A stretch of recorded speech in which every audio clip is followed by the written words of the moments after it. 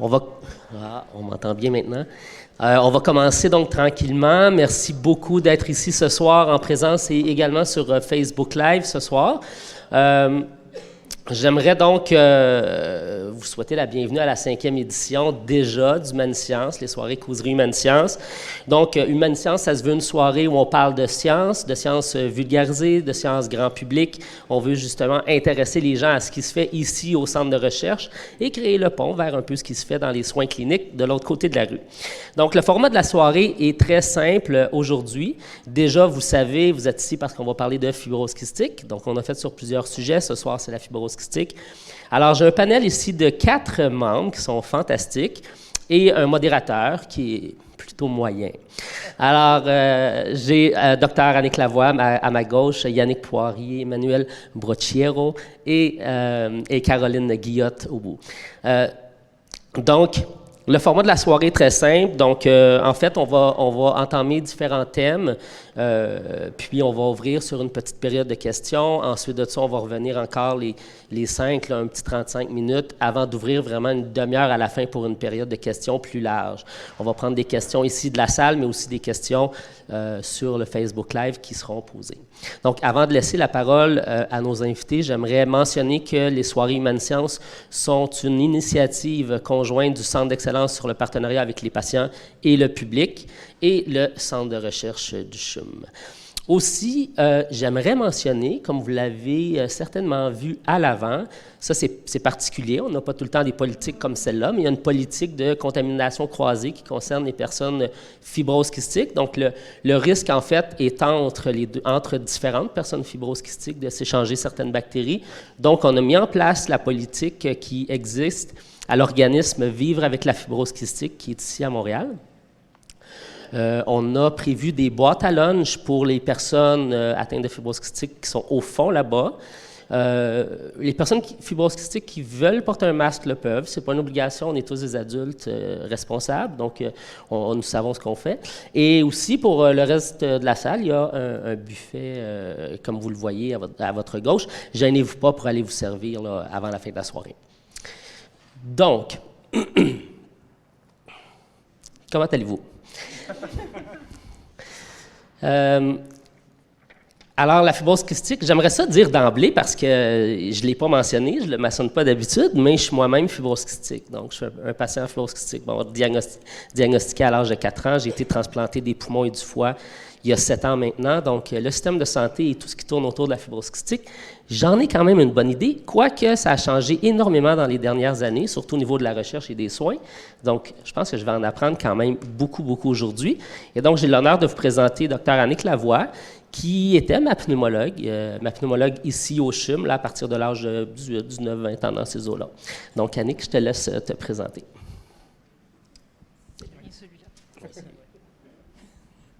Bonjour. Est-ce que vous m'entendez? Oui. Bonjour. Alors oui, je suis Dr. Annick Lavoie, je suis pneumologue. Ça fait une 20aine d'années que je pratique et pas loin de 20 ans aussi que je suis impliquée dans les soins des gens atteints de fibrose kystique. J'ai commencé à pratiquer à l'Hôtel-Dieu avec Dr. Jeanneret et Dr. Bertillon, que probablement plusieurs ont connus.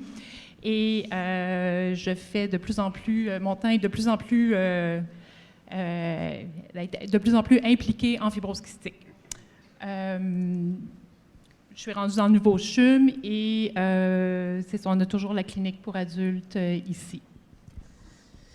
Est-ce que tu peux nous dire peut-être 2-3 petits mots sur ce que c'est déjà la fibrose kystique? Parce que peut-être que certaines personnes dans la salle ne l'ont pas nécessairement. On a des diapositives, là. Je ne sais pas si c'est celle-là que tu... On va commencer avec celle-là, oui. Donc, la fibrose kystique, c'est une maladie... Oups, excuse-moi, tiens, je vais mettre ça ici. Non, on va moins risquer de... Donc, la fibrose kystique, c'est une maladie qu'on a commencé à reconnaître dans les années 1930-1940. C'est une maladie qui a beaucoup évolué depuis ce temps-là. Au début, l'atteinte était... je ne ferai pas peut-être tout l'historique là, que vous voyez sur les diapositives, mais juste pour dire qu'au début, les enfants souffraient principalement de l'atteinte digestive et de malabsorption et décédaient dans un âge très jeune à cause de cette malabsorption-là qu'on ne comprenait pas. Et tranquillement, on s'est aperçu qu'il fallait les nourrir plus, que c'est un problème de malabsorption au niveau du pancréas. Et là, les enfants, une fois qu'on les a nourris convenablement et comme il fallait, ils se sont mis à vieillir un petit peu, à vivre plus longtemps. Et là, l'atteinte pulmonaire est apparue et on s'est intéressé à cette atteinte-là, qui maintenant est l'atteinte qui, disons, qui va avoir le plus d'impact au point de vue de la survie des patients, des gens atteints de fibrose kystique. Alors, la connaissance de la fibrose kystique, donc, a évolué au cours des années. C'est une maladie qui est multisystémique. Donc, il y a une atteinte pulmonaire, une atteinte digestive. Ah, c'est ça, je vais revenir à l'autre après. Oui, merci, Emmanuel. Non, bien, c'est correct, on peut parler des... donc, c'est une atteinte qui est multisystémique. Alors, principalement une atteinte au niveau des poumons, mais on va avoir une atteinte digestive, une atteinte au niveau du foie, de la peau, des organes reproducteurs aussi, les sinus. Alors, il faut...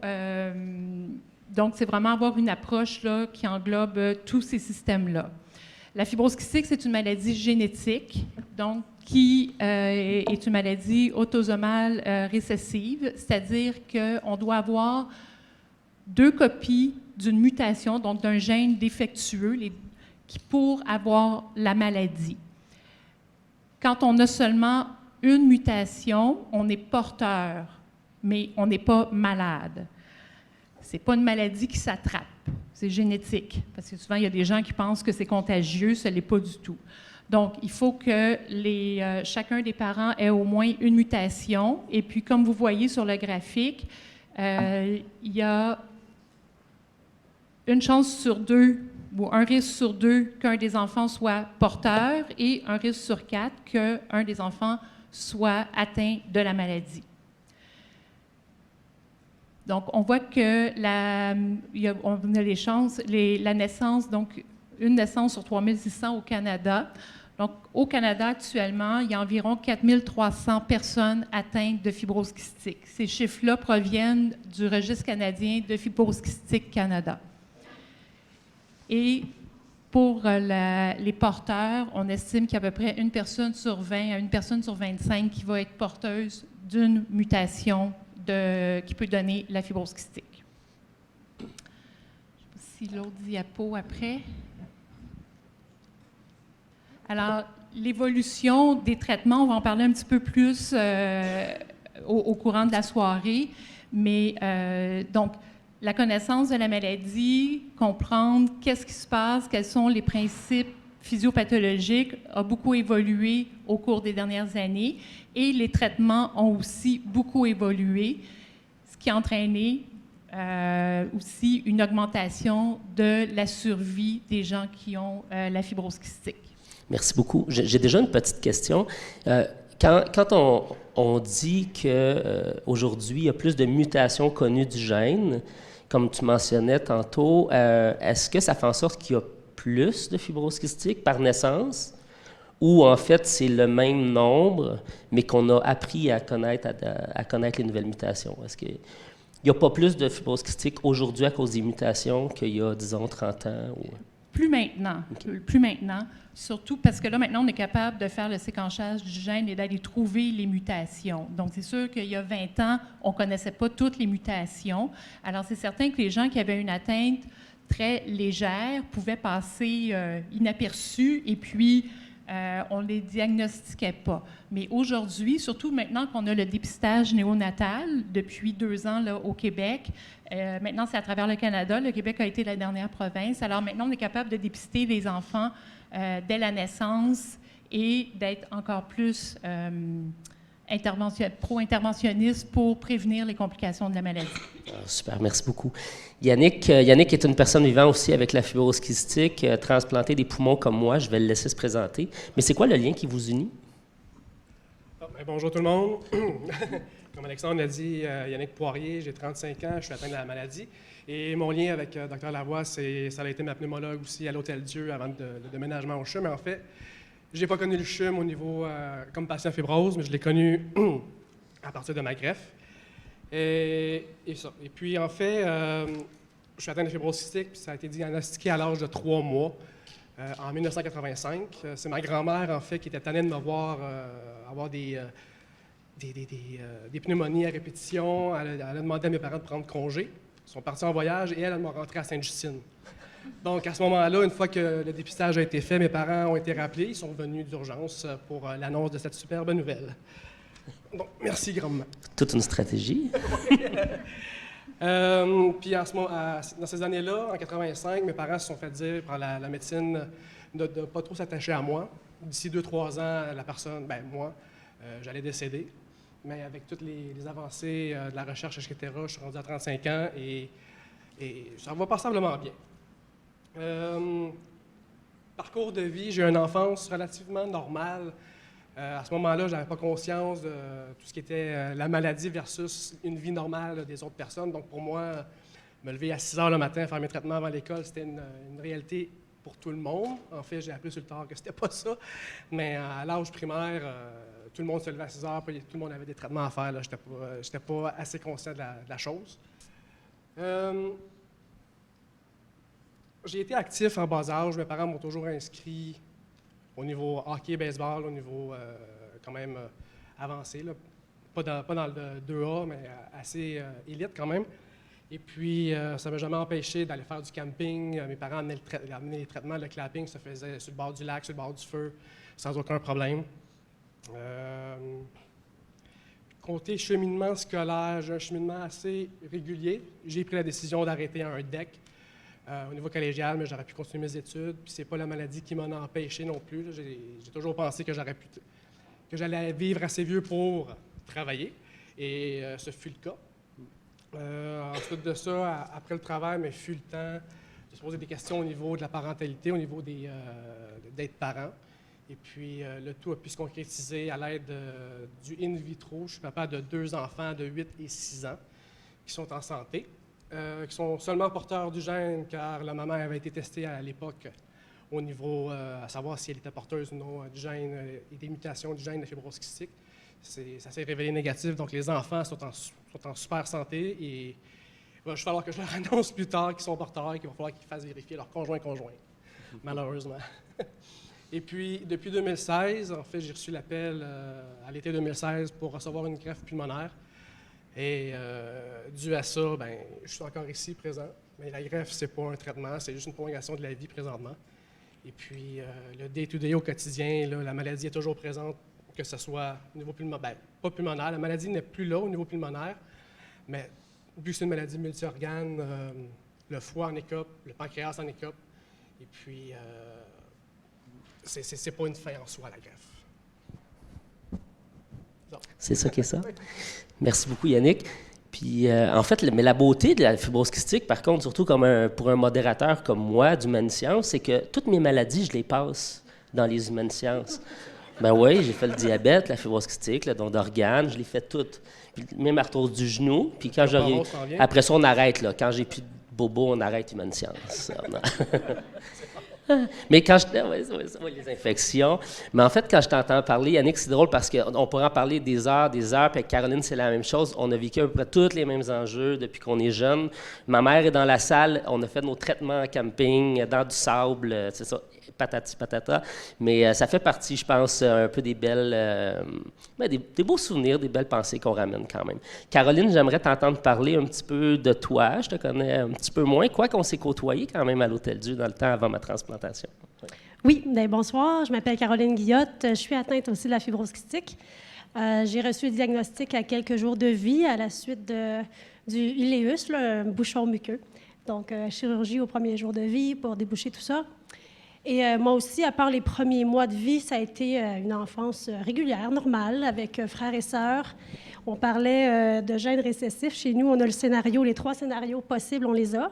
J'ai un frère jumeau qui est porteur non atteint, ma sœur qui est ni porteuse ni atteinte, et moi qui est atteinte. Donc, on a les 3 scénarios possibles. Donc, j'ai eu une enfance très normale. Mes parents m'ont privé de rien. C'est le plus beau cadeau qu'ils m'ont fait. Ils m'ont élevé de la même façon que les 2 autres. Moi aussi, je me suis sentie invincible jusqu'à la mi-vingtaine au niveau pulmonaire. J'ai aussi été diagnostiquée avec la maladie de Crohn à l'adolescence. Et comme on disait, c'est multisystémique, donc les occlusions intestinales font partie aussi du portrait avec la fibrose kystique. Ça, c'est sous contrôle, tout va bien. Aussi, parcours régulier, études. Oui, moi aussi, quand je suis arrivée à la clinique pour adultes, on nous disait de ne pas trop perdre de temps à l'école, de profiter de la vie parce qu'elle n'allait pas durer si longtemps que ça. Ça fait 23 ans de ça presque, donc la mentalité a vraiment beaucoup changé, heureusement. Aussi, on nous disait de ne pas avoir d'enfants, évidemment. Donc, je n'ai pas eu d'enfants. C'était un choix pas très éclairé, plus imposé à l'époque. Mais avec le recul, je me dis que c'était la bonne décision pour moi. Donc, c'est ça, il a fallu faire le deuil. La fibrose kystique, je pense qu'on pourrait en parler longtemps, c'est une maladie qui génère beaucoup de deuil. Donc, c'est la perte d'autonomie, la perte de jouissance, d'activités diverses au fil du temps. Moi, par exemple, je me considère hyper chanceuse, j'ai une très belle qualité de vie encore, malgré que je sois en arrêt de travail depuis bientôt 11 ans. C'est la décision qu'on a prise pour moi pour stabiliser mon état de santé. Donc, la fibrose kystique aussi, bien, c'est une maladie dégénérative, donc souvent des épisodes qui vont en dents de scie. Puis on a tendance à se surmener. Quand on se sent bien, on a tendance à trop en faire. Donc, il faut apprendre à s'écouter. Et puis, ça, dans le fond aussi, l'arrêt de travail, c'est un gros enjeu. On néglige beaucoup en santé, je pense, la santé mentale, l'aspect psychologique des choses. Il faut apprendre à se redéfinir à 30 ans. On se valorise beaucoup par le travail. Donc, c'est une perte de statut social, perte de valorisation. Donc, c'est important. Je suis super bien entourée là-dedans. On est bien soigné, on est bien suivi. Et aujourd'hui, j'ai une qualité de vie encore très respectable. Je suis vraiment contente. Je ne suis pas encore greffée. Je ne suis pas sur la liste de la greffe. Je fais tout ce que je peux, dans le fond, pour éviter ça le plus possible. Et j'ai vraiment espoir que j'en aurai pas besoin. Je suis vraiment persuadée aujourd'hui que j'en aurai pas besoin grâce à la recherche, aux traitements qui sont en train d'être mis sur pied, développés. Et ça, c'est le plus beau de la chose. Il y a juste 4-5 ans, je retourne en arrière, j'avais commencé à intégrer dans mon discours « Ah, après la greffe, je ferai ça, peut-être après la greffe. » Puis là, je me suis auto-flagellée, puis je me suis repris, puis je me dis « OK, non, là, c'est... Avec tout ce qui s'en vient, là, j'ai vraiment espoir. » Puis, il y a des belles choses qui arrivent. Merci beaucoup. Puis ça m'amène justement à penser en 1989, où justement il y a eu la découverte du gène malade. Ça me permet d'emmener Manuel un peu sur le sujet de la recherche, parce que quand c'est arrivé, nous, il y a justement une trentaine d'années, c'était pour ma famille. Moi, comme enfant malade, j'étais un petit peu moins conscient de tout ça, mais pour ma famille, en tout cas, c'était révolutionnaire. Là. Dans 2-3 ans, c'était fini la fibrose kystique. On enrayait ça, puis on passait à une autre question. Malheureusement, c'est un petit peu plus long que ça, mais quand on regarde l'évolution de la recherche qui s'est faite en 30 ans depuis la découverte du gène, c'est assez fascinant. Donc, Emmanuel, j'aimerais ça t'en parler, puis merci d'être avec nous. Oui. Bonjour à tous, merci d'être ici. En fait, pour vous situer déjà, donc moi je suis chercheur, j'ai eu une formation au départ, un doctorat en France et ensuite une formation postdoctorale ici. Je suis un genre de bibette, là, un chercheur fondamental en fait. Là. Puis historiquement, moi j'ai toujours travaillé sur ces protéines qui transportent des ions qu'on appelle des canaux ioniques. Puis j'avais vraiment aucun intérêt dans les maladies, j'essayais juste de comprendre comment ça marche, c'était ça mon idée au départ. Et ça m'a amené au CFTR. Alors j'étais pas chercheur, je suis pas jeune, mais quand même j'étais pas chercheur en 89 quand le gène a été découvert, puis la protéine a été découverte, mais je me suis mis rapidement à travailler donc, sur cette protéine, en fait, qui est présente dans différentes parties de notre corps, et donc, quand elle ne fonctionne pas, c'est ça qui va entraîner donc différents désordres, comme vous avez déjà présenté, en fait, différentes anomalies. Donc, moi, je m'intéresse surtout, et comme beaucoup de chercheurs, on s'intéresse surtout à l'atteinte pulmonaire, parce que c'est surtout cette atteinte-là qui est responsable de la plus grande partie des problèmes chez les patients, des traitements et malheureusement aussi des décès chez les patients suite donc aux problèmes pulmonaires. Donc, c'est ce à quoi je m'intéresse, puis je vous ai... Pour essayer que ça soit plus simple à comprendre, en fait, je vais essayer de vous expliquer comment ça marche. Alors, normalement, chez un individu sain, ça va être le schéma qui est sur la gauche, en fait. Cette protéine-là, donc, qui s'appelle CFTR, qui va transporter des ions, est donc présente sur les cellules ciliées qui sont présentes dans le nez, dans la trachée et les bronches. Et ce que ça permet de faire, c'est de garder tout le temps une fine couche de liquide, en fait, dans lesquelles les cils vont baigner et vont pouvoir battre. Donc, ces cils-là vont pouvoir battre de façon coordonnée, de manière à pouvoir faire remonter le mucus, qui est sur le dessus, en fait, la couche de mucus, qui va donc, comme ça, pouvoir ce mucus va attraper les bactéries. Il faut savoir qu'à chaque fois qu'on inspire, va rentrer dans nos poumons, vont rentrer des poussières et également, malheureusement, aussi des pathogènes.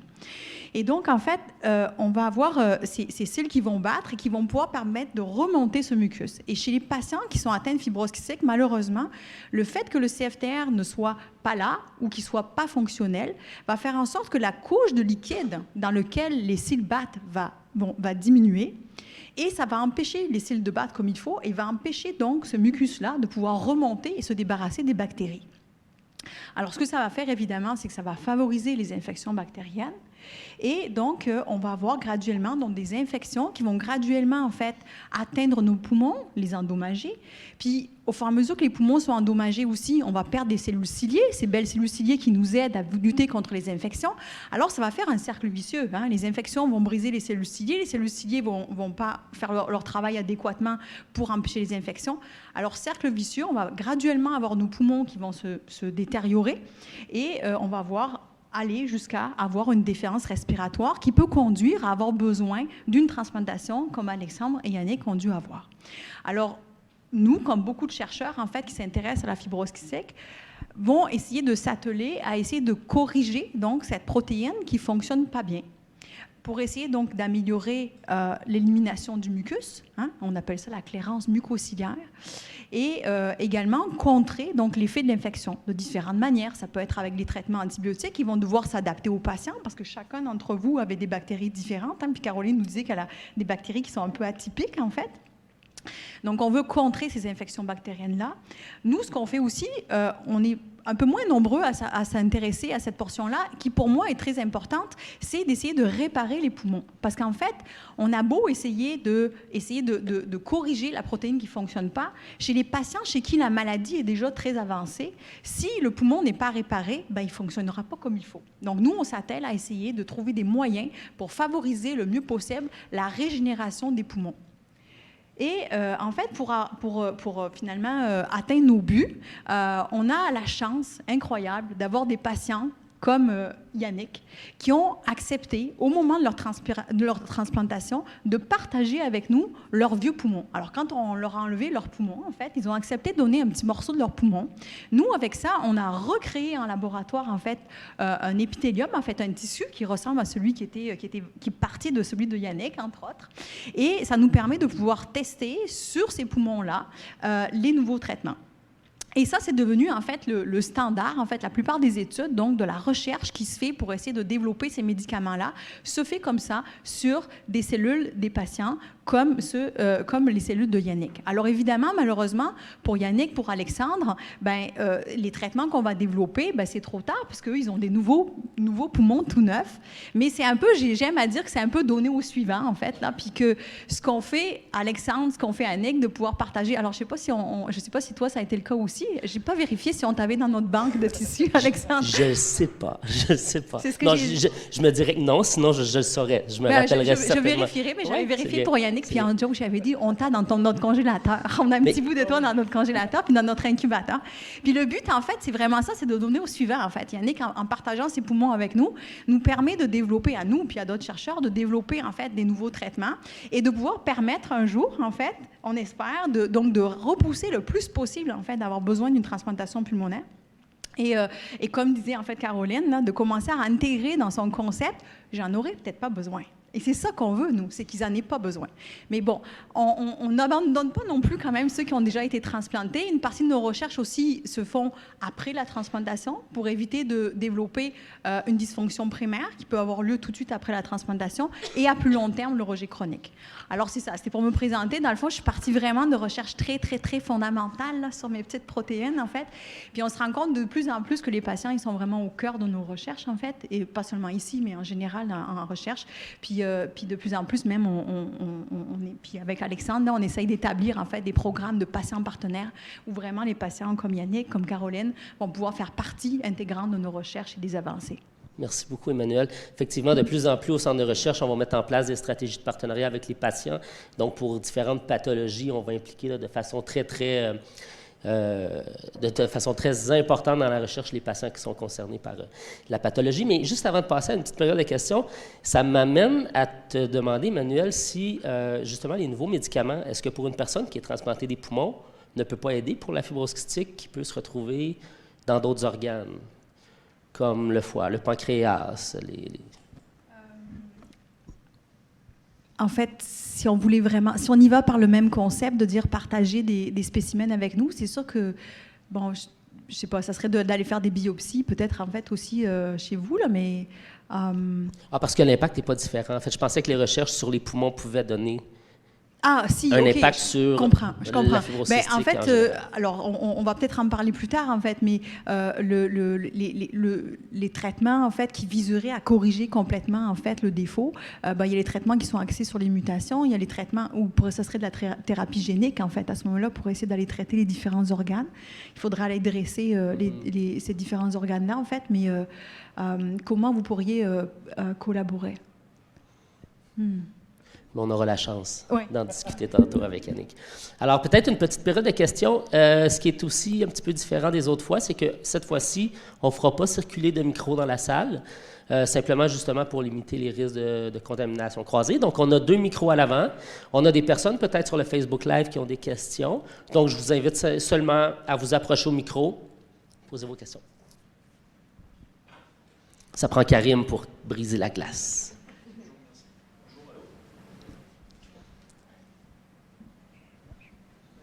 Allô, oui. Merci pour cet exposé, ces différentes perspectives. C'est super intéressant. Moi, je connaissais ça sous le nom de la mucoviscidose.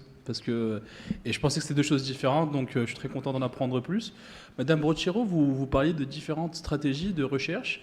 Je voulais vous demander quels sont les mécanismes, comment se fait la priorisation de la recherche, et pensez-vous que les patients pourraient être des partenaires intéressants pour la priorisation de la recherche en fibrose kystique ?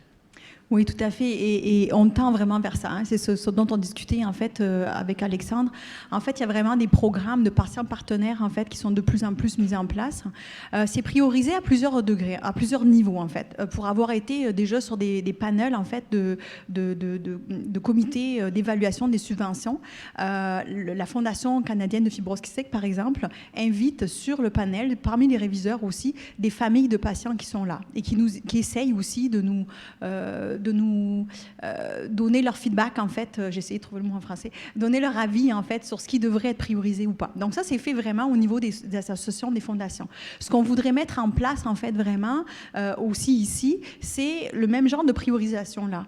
On a commencé à discuter avec Caroline, par exemple, et Caroline, au cours des discussions qu'on a eues ensemble, a déjà commencé à nous faire émerger des idées ou des priorisations par exemple, on se dit, bon, en fibrose kystique, on va y revenir, mais il y a différentes classes, différents types de mutations. Et en parlant avec les patients, on se rend compte de l'importance, en fait, d'adresser tous les types de patients, de ne pas en laisser tomber, parce qu'ils ont des mutations différentes. Caroline, par exemple, a des bactéries particulières qui ne sont pas présentes chez tous les patients. Alors, souvent, on a tendance à se concentrer sur les types de bactéries qui sont les plus fréquentes, mais il ne faut pas non plus oublier les patients qui ont des bactéries plus atypiques. Alors, c'est ce qu'on voudrait faire avec le genre de partenariat avec les patients, c'est de nous aider, en fait, à essayer de définir, d'abord, d'essayer d'avoir des nouvelles idées et aussi de définir des priorités auxquelles on n'a pas nécessairement toujours pensé. Merci beaucoup. Est-ce qu'on aurait une autre question dans la salle ou sur Facebook, peut-être? Oui? Oui, donc 2 questions sur le Facebook Live. La première, est-ce que l'on sait quand et pourquoi la maladie est apparue? Donc, on avait parlé d'un gène en 1969, si je ne m'abuse. Donc, juste savoir si, mais j'imagine la maladie existait avant ça. Et la deuxième question, est-ce qu'il y a un dépistage néonatal systématique dans le réseau de santé canadien? Donc, 2 questions. Pardon?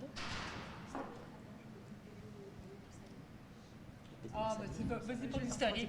Alors, l'historique, en fait, c'est difficile à définir, en fait, mais ce qu'on sait déjà, alors, une des caractéristiques, en fait, c'est que les patients qui sont atteints de fibrose kystique ont un niveau de sel dans la sueur qui est plus élevé que la population générale, en fait. Alors, on sait qu'il y a des traces, en fait, historiques. Il y a un vieil adage qui disait que quand un bébé naissait, si quand on l'embrassait, on lui faisait un baiser sur la peau, il avait un goût salé, eh bien, ça voulait dire qu'il y avait une mauvaise fée qui s'était penchée sur le berceau du bébé et qu'il allait décéder en bas âge. En réalité, il n'y avait pas d'histoire de mauvaise fée, mais c'était probablement parce que l'enfant était atteint de fibrose kystique, en fait. Et alors, je le dis toujours, là, surtout ne vous inquiétez pas, si demain matin vous partez faire votre jogging puis que vous avez un niveau, que votre transpiration est salée, c'est normal, on a tous du sel dans la sueur, mais chez les patients fibroschistiques, le degré est plus élevé. C'est d'ailleurs comme ça que se fait le dépistage. Je vais laisser la parole à justement... Alors, c'est ça. Donc, les enfants, il y a plusieurs années, au début du 19e siècle et tout ça, les enfants décédaient vraiment en bas âge et on ne savait pas pourquoi. Et tranquillement, on s'est aperçu qu'ils avaient beaucoup des selles très huileuses. Alors, on les nourrissait sans mettre de gras dans leur nourriture. Puis là, bien, ça ne marchait pas du tout. Ils décédaient encore plus. Ce n'était pas la bonne chose à faire. Et tranquillement, bien, il y a des chercheurs, des pédiatres qui se sont intéressés à comprendre ce qui se passait chez ces enfants-là et qui se sont aperçus que finalement, c'est le pancréas qui fonctionne pas bien. Alors, ils se sont mis à nourrir convenablement les enfants, leur donner du gras, leur donner beaucoup plus de calories. Les enfants, bien là, ont été capables de survivre, d'engraisser et de vieillir à 4 ans, 5 ans, 6 ans et tout ça. Et là, on s'est aperçu que c'était l'atteinte pulmonaire qui se manifestait à un âge un petit peu plus avancé. Donc, la maladie, c'est pas nouveau. C'est des gènes qui sont arrivés, une mutation qui est arrivée, je ne sais pas quand, parce que c'est quand même récent qu'on soit capable d'identifier ces mutations-là et de faire le séquençage du gène. Mais en rétrospective, on s'aperçoit que ça fait longtemps que c'est dans la population. Est-ce que ça répond à votre question? C'est une question de il y avait aussi la question du dépistage. Alors, effectivement, donc, le dépistage néonatal fait partie depuis... le programme a été mis sur pied en 2017, mais effectif septembre 2018, je crois, où tous les enfants qui naissent au Canada ont un dépistage néonatal. Ça se fait aussi aux États-Unis, dans plusieurs pays d'Europe. Là, je ne pourrais pas vous dire exactement toutes les particularités des autres pays, mais au Canada, ça fait partie du dépistage de certaines maladies rares génétiques qui sont faites chez les nouveau-nés par une petite goutte de sang là, prélevée au talon. Et là, donc, c'est un premier dépistage. Si ce dépistage-là revient anormal, l'enfant est invité, bien, les parents sont appelés, tout ça, et là, il y a le séquençage pour retrouver les mutations qui va être fait. Parce qu'il peut y avoir des faux positifs au dépistage néonatal. Donc, c'est un premier test juste de dépistage, et ensuite, on va confirmer le diagnostic. Merci beaucoup. Une autre question dans la salle, peut-être, avant de continuer? Monsieur. Actuellement, il y a des médicaments qui sont sortis pour les fibroschistiques, Orkambi puis Symdeko. Il y a le cousin qui s'en vient. On attend impatiemment son arrivée parce que ça a l'air de bien marcher. Je pense que je reprends la question d'Alexandre, à savoir si ces médicaments-là, qui vont avoir un effet immédiat sur les poumons, c'est ce qu'on peut voir sur les autres pays, là, Angleterre, Australie et États-Unis, comme quoi ça fonctionne bien. Est-ce que ça va avoir des impacts sur les autres organes du corps, donc qui pourraient se mettre aussi, eux, à en prendre, même si leurs poumons actuels n'en ont pas besoin? Oui, certainement. Ça va avoir un impact sur les autres organes. On sait qu'il y a certains patients qui prennent ces nouvelles molécules-là, qu'on appelle les modulateurs du CFTR. On va avoir un gain de poids. Il y en a même qui ont eu un petit peu trop de gain de poids qu'on aurait souhaité, un peu plus que ce qu'on aurait souhaité. Donc oui, effectivement, il va y avoir un impact sur les autres organes. C'est certain que l'atteinte pulmonaire étant l'atteinte qui rend le plus malade et qui fait mourir les gens, le focus a surtout été mis sur l'impact de ces molécules-là sur l'évolution de l'atteinte pulmonaire. Il y a des recherches, des études qui sont en cours pour voir comment ça va se refléter au point de vue digestif, au point de vue du contrôle du diabète. Déjà, on sait aussi qu'au niveau de la sueur, il y a moins de sel dans la sueur. Donc, les gens qui ont la fibrose kystique vont le dire que c'est moins dérangeant, ça pique moins, mais là, je ne sais pas, vous pourriez plus me le dire, là. Mais donc, oui, il y a un impact sur les autres organes. Pouvez-vous m'expliquer pourquoi c'est si long à faire adopter ces médicaments-là quand on sait que c'est déjà adopté? C'est pas, on ne parle pas de la Chine ici, puis là, par respect pour tous ceux qui... Mais des pays qui sont en développement, on parle de pays qui sont déjà développés. Pourquoi ça ne va pas plus vite puis que le Canada n'emboîte pas le pas pour... On a eu, moi je me rappelle dans les années aussi, justement, dans les années 90, où je pense que présentement, il n'y a pas nécessairement de réponse très claire à votre question, mais dans les années 90, quand on a sorti le Pulmozym aussi, qui nous aidait à liquéfier énormément les muqueuses, ça a fait des miracles pour tout le monde. Puis au début, ça a été une bataille pour l'avoir. Il y a des patients qui l'avaient, qui réagissaient mal. Donc, c'est peut-être un peu ce qu'on voit présentement, mais je sais qu'on va en parler un petit peu plus tard tantôt, donc on pourra s'y attarder, parce que c'est effectivement très important. Ça m'amène un peu justement parce que...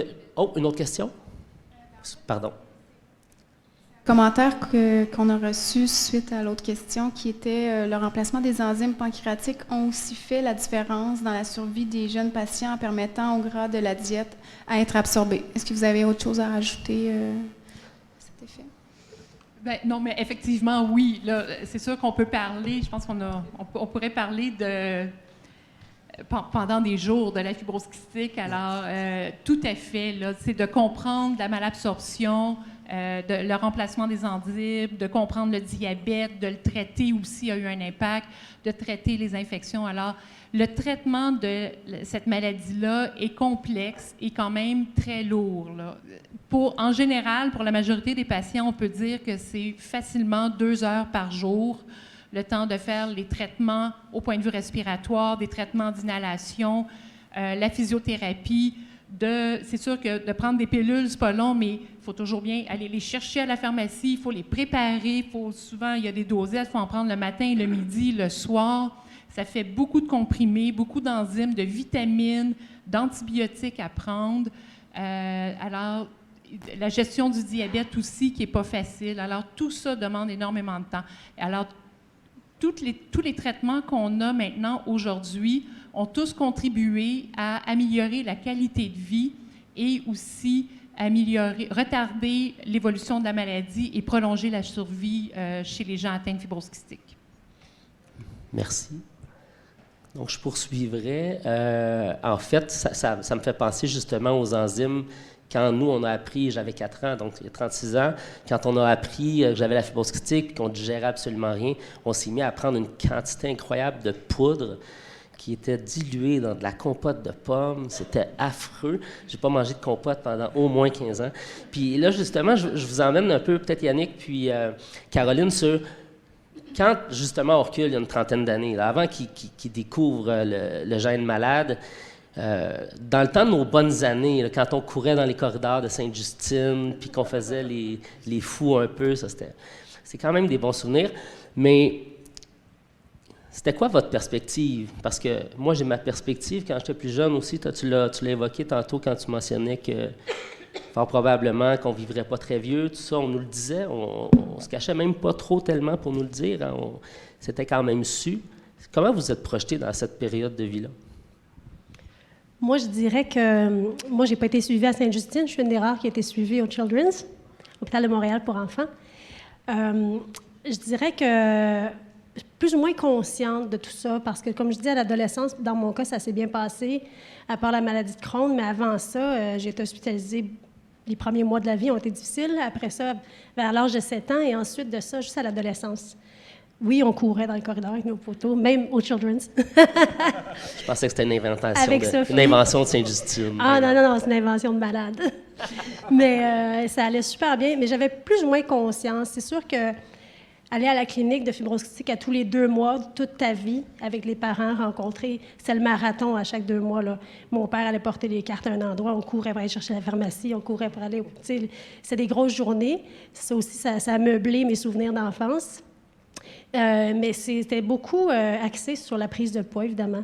On en parlait plutôt avec Sophie, là, notre nutritionniste. Là, c'était pas notre meilleure amie. Elle nous chicanait à tous les 2 mois.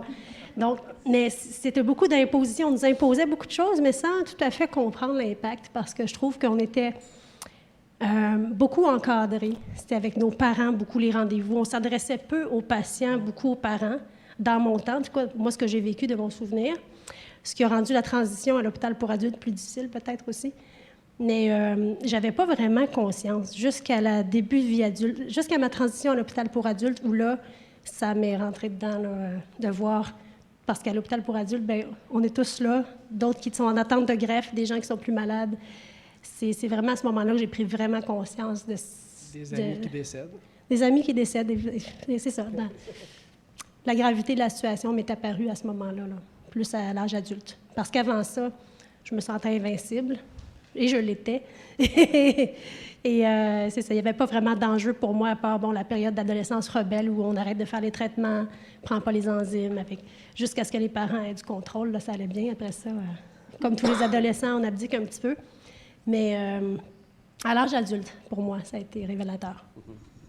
De mon côté, comme je mentionnais tantôt, j'avais pas vraiment confiance en bas âge de la maladie, l'importance de la maladie, sauf quand je jouais au hockey, mon premier chiffre que je faisais sur la glace, je revenais, puis j'étais malade sur le banc.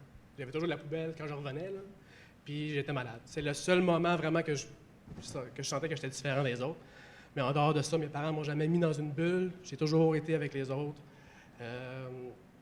Puis ensuite de ça, comme Caroline elle disait, mais la transition aux adultes a été plus difficile. J'avais peur d'arriver aux adultes. C'est pas l'affaire la gestion parentale ou que les médecins ne s'adressaient pas à nous autres à Sainte-Justine.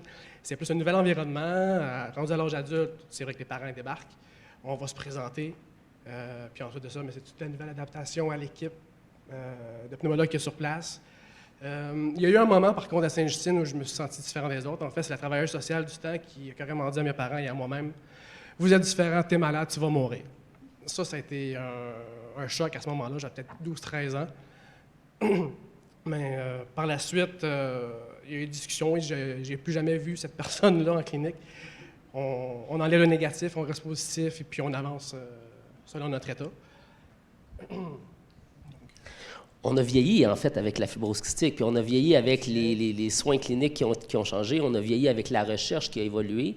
C'est incroyable parce qu'on s'est à peu près fait tout dire la même chose. Je me suis fait dire la même chose aussi à Sainte-Justine. Puis pour un jeune qui grandit, qui voit ses amis pour qui ça va moins bien, c'est difficile de se projeter.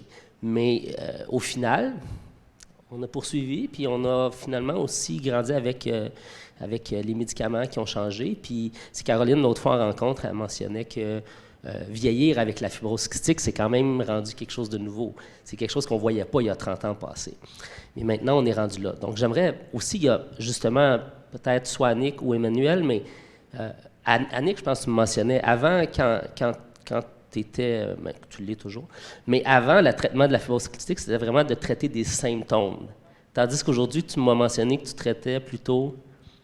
Bien, c'est ça, c'est que avant qu'on comprenne exactement ce qui se passe dans la cellule et qu'on ait, même après avoir identifié le gène, on n'avait pas de thérapie génique. Alors, jusqu'à tout récemment, on traite les symptômes.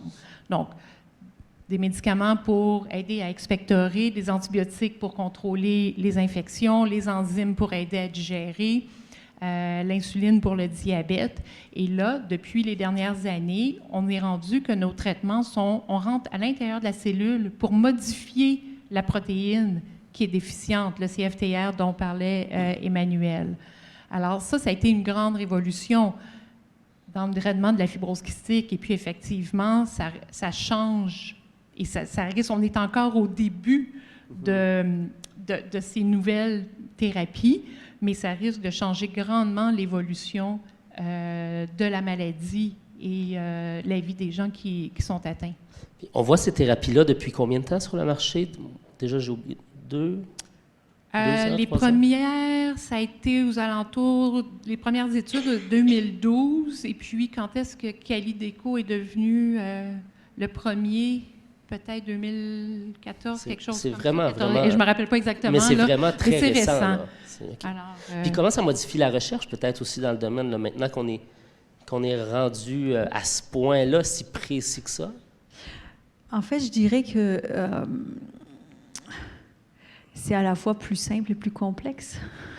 Comme toujours, hein, on dit qu'on plus on avance et plus s'ouvre à nous une forêt de complexité, en fait. Je dirais que probablement, comme on l'a dit tout à l'heure, en fait, quand le gène a été identifié il y a 30 ans, tu disais toi-même, hein, puis au congrès nord-américain de fibrose kystique, là, j'y étais pas à l'époque, mais il s'était dit, bon, probablement que ce congrès-là n'existera plus dans 2 ans, 3 ans. Et puis finalement, ben, ça a ouvert des possibles, là, des milliers de possibles, en fait. Et donc, on n'a pas de cure encore, malheureusement.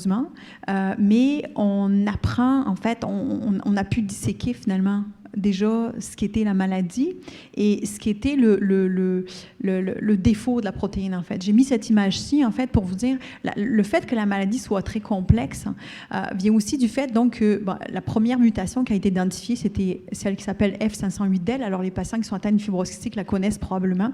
C'est la plus fréquente. Mais petit à petit, donc, on a identifié des nouvelles mutations possibles, en fait. Puis nous, les chercheurs, on aime bien ça quand on met des choses dans des boîtes, là, quand c'est un peu catégorisé. Alors, on a fait des catégories, en fait, avec tous ces types de mutations-là.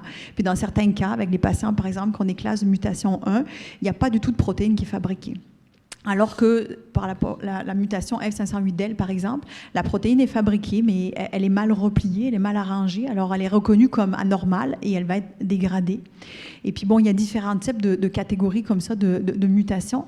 Et on a essayé de faire ça pour essayer de pouvoir adresser donc, ces différents types de mutations-là, parce que c'est sûr qu'on ne va pas adresser de la même manière, on ne va pas pouvoir soigner de la même manière, en fait, le CFTR en fonction qu'il soit complètement absent versus il est mal replié et dégradé versus il est là mais il ne fonctionne pas, ou bien il est là et il fonctionne un petit peu. Donc, on ne va pas faire la même chose, on ne va pas devoir avoir les mêmes stratégies, quel que soit le type de mutation. Puis du coup, ben, on a ça, on pourra en reparler en fait plusieurs fois si on veut, mais donc dans le schéma, on voit les différents types de classes de mutations, donc dans le petit dessin de la cellule, et les différents traitements qui ont été développés. C'est le cas du Kalydeco. Donc lui, il a été développé en premier pour les mutations de type 3 et 4. Donc des gens qui ont soit un CFTR qui ne marche pas, soit qui marche un petit peu. Et ça a été la première thérapie, en fait, qui a été approuvée pour, finalement, ce type de mutation-là. Et ensuite, il est sorti, on a développé ce qu'on appelle des correcteurs. Alors, ces correcteurs-là, c'est des molécules qui vont essayer d'arranger la protéine pour les gens qui ont des mutations comme F508del, d'essayer de l'arranger pour qu'elle ne soit pas détruite et essayer de la faire, qu'elle soit remise, donc, en fonction. Mais malheureusement, elle fonctionne quand même pas très bien. Alors, ça ne fonctionnait pas suffisamment quand on a développé seulement les correcteurs. C'est pour ça qu'on les a mélangés avec des potentiateurs. Donc, on a mélangé, si on veut, le Kalydeco avec un correcteur et donc a été approuvé l'Orkambi, le Symdeko, qui sont pour les patients, donc les mutations F508del. Mais c'est ça on a encore beaucoup de travail à faire parce qu'on n'adresse pas, avec ce type de composé-là, on n'adresse pas tous les types de patients. Donc, les patients qui sont atteints, par exemple, de mutations de classe 1, malheureusement, n'ont encore pas de traitement pour eux, à part les traitements qui vont cibler les symptômes. Donc, on ne peut pas corriger, en fait, ce problème-là chez ces patients-là. Donc, comme je disais, c'est ça. Pour répondre à la question, à la fois, on a avancé beaucoup, mais plus on avance, plus on se rend compte qu'il y a encore beaucoup de chemin à faire, en fait, et qu'on veut travailler encore tous très fort pour réussir à adresser tous les types de mutations pour soigner tous les patients. Effectivement, je pense que ce que je vois dans ça, c'est vraiment la variabilité de l'évolution aussi de la maladie chez chacun des patients. On le voit, là, tu en parles un petit peu en recherche, dans les soins cliniques, on le voit. Puis personnellement, comme patient aussi, mon frère est 2 ans plus jeune que moi, mais son atteinte au niveau pulmonaire, hépatique, est complètement différente de la mienne. Donc, dans le temps, on a évolué de 2 façons très, très, très différentes. Est-ce que tu peux nous en parler peut-être un petit peu, Annick, sur cette variabilité-là de l'évolution? Oui, effectivement. Puis je pense que c'est important de le souligner que on ne peut pas prédire l'évolution ou la sévérité de la maladie basée sur l'identification des mutations. Donc, ce n'est pas parce que on est, par exemple, on a 2 mutations 508, delta F 508, qu'on va obligatoirement avoir telle trajectoire. Puis si on en a une, puis qu'on a une mutation de classe 4, par exemple, associée, ça va être une autre trajectoire.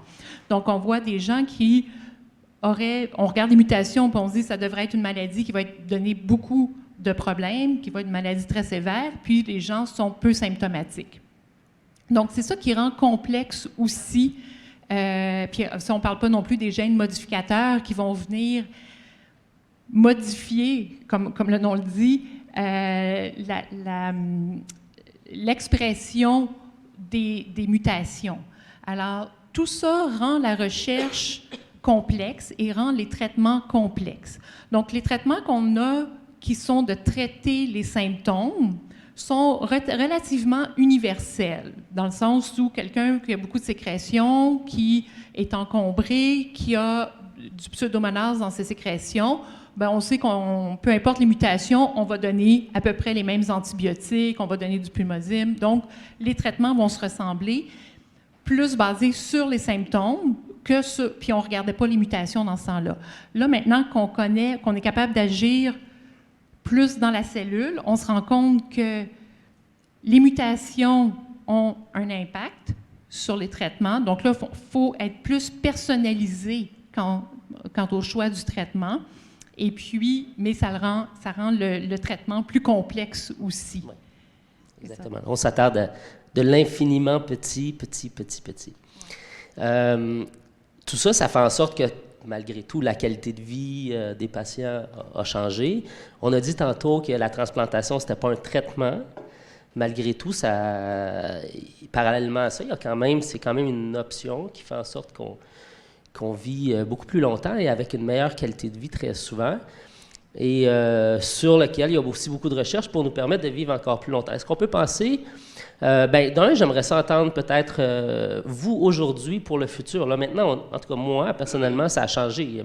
Ma façon de me projeter, le fait que tout avance comme ça. Est-ce que ça a changé comparativement il y a 30 ans? Aujourd'hui, on se projette dans le temps.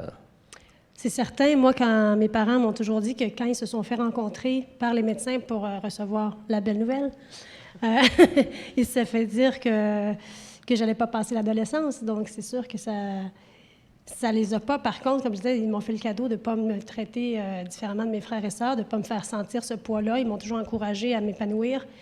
Mais à l'âge adulte, à la transition, c'est le discours qu'on avait, c'est « tu n'auras pas d'enfants, passe pas trop de temps à l'école ». Ça aussi, ça a énormément changé. Et avec les traitements qui s'en viennent, moi, je vais fêter mes 41 ans cet été. J'aurais jamais pensé ça. Les cheveux blancs, je les accepte, presque. Mais c'est juste de vieillir normalement, c'est de vieillir en même temps que tout le monde, puis de vieillir tout court, c'est génial. J'aurais pas pensé ça. Puis avec ce qui s'en vient, les traitements, bien, oui, on a les médias sociaux, on entend parler effectivement des traitements qui s'en viennent. C'est difficile d'être patient, mais en même temps, c'est tellement positif. On commence à penser à nos REER en plus. Bien, c'est ce que je disais à Emmanuel. J'ai rencontré Emmanuel dans le cadre de projet, puis ça l'avait marqué, parce que j'ai dit, il faut que j'en mette plus de côté, parce que ça se pourrait bien là, que je vieillisse, comme tout le monde, assez vieille pour avoir besoin de mes REER.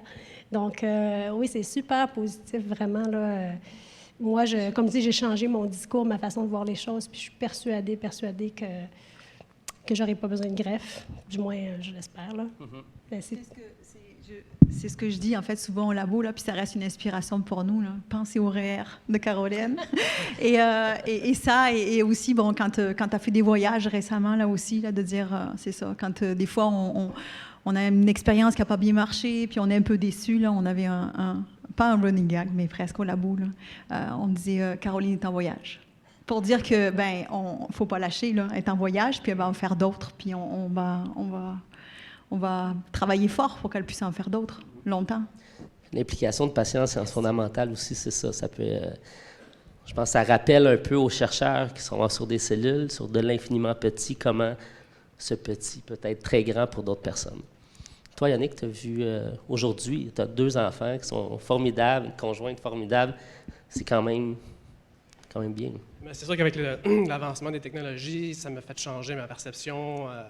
Une fois devenu adulte, j'ai eu une carrière. Présentement, je suis en arrêt de travail depuis que j'ai été mis, même avant l'attente de la greffe, là, depuis 2014, oui, ça fait 6 ans maintenant. Et puis, après la carrière, ça a été de penser à fonder une famille. Donc oui, c'est ça, j'ai 2 enfants, passé par la procréation assistée. Mais par la suite, une fois que tout ça est arrivé, je me suis toujours demandé est-ce que j'ai été selfish avec moi-même par rapport à ma perception versus le futur de mes enfants malgré la maladie. Là où j'ai été greffé, ma fille, elle est née en 2014, elle avait 2 ans et demi, Puis suite à la greffe, ça a été de penser à leur futur à eux, comment ils vont pouvoir se développer sans que leur père soit là ou qu'ils vont être là, mais toujours malades. Mais la greffe, elle m'a amené à vivre plus longtemps. Mais quand même, il y a toujours l'épée de Damoclès au-dessus de ma tête qui dit est-ce que j'ai été selfish pour avoir moi-même combler mon besoin de parentalité, pour avoir des enfants. Puis suite à la greffe, mais mon but, c'est de rendre ma fille, ma plus jeune, à ses 18 ans. Donc, il faudrait que je me rende à 50. Donc, en ayant ce but-là, moi, c'est pas les REER, c'est de me rendre à 50 ans. Les REER, j'en ai pas. Puis, c'est ça. Tout dépendant de notre situation, le but est différent. Puis, c'est vraiment d'amener les enfants à l'âge adulte le plus loin possible. Donc, nos objectifs changent aussi dans le temps. Avant la transplantation, j'ai tout le temps eu l'espèce de barrière de la date de péremption parce qu'il y avait eu une fameuse publicité de Fibrose Kystique Canada qui avait frappé les patients fibrose kystique, qui était très bonne pour frapper l'imaginaire puis donner, mais pour un fibrose kystique, de se faire dire qu'on a une date, oh là là, puis je pense que c'est la première fois, moi, que ça m'avait affecté. Je m'étais promis que suite à la transplantation, ça disparaîtrait, ces dates-là. C'est pas tout à fait vrai. Ça fait 7 ans que je suis greffé, puis j'y pense quand même un peu, mais malgré tout, j'essaie de pas... puis quand on parle en fibrose kystique, on a les mêmes enjeux, l'enjeu de parentalité, comme tu mentionnais, mon petit garçon, il y a 2 ans, puis je me dis que c'est mieux qu'il y ait un papa présent là qu'un papa absent, point. Donc, je pense qu'il y a... J'ai pas trop peur pour ça. Mais je voudrais juste rajouter, si c'est possible. Oui. Avec la greffe, je pensais que j'aurais pu retourner travailler, retrouver mon réseau social, du travail, etc., mais c'est pas le cas. Je suis assez en forme pour faire du day-to-day, m'entraîner. C'est comme une prescription d'entraînement, en fait, aussi. Et puis, mais je suis pas assez à l'aise, pas assez en forme pour retourner au travail. Donc, ce qui est difficile aussi après la greffe, c'est l'isolement social. C'est un cercle social qui diminue aussi parce que les gens pensent qu'on est guéri. Que ce soit familial, côté des amis aussi, on dirait que t'es greffé, t'es plus malade, donc on prend plus de nouvelles si on n'en donne pas. C'est vraiment une difficulté qu'on retrouve après la greffe, qu'on soit fibrokystique ou n'importe quelle autre pas pathologie, là, mais maladie. Problème de santé, oui. Donc c'est le côté aussi que je trouve difficile de ne pas retourner au travail. Et puis pour pallier à ça, j'essaie de m'impliquer en tant que patient partenaire, faire du bénévolat auprès de l'organisme Vive avec la fibrose kystique qui est présent ce soir.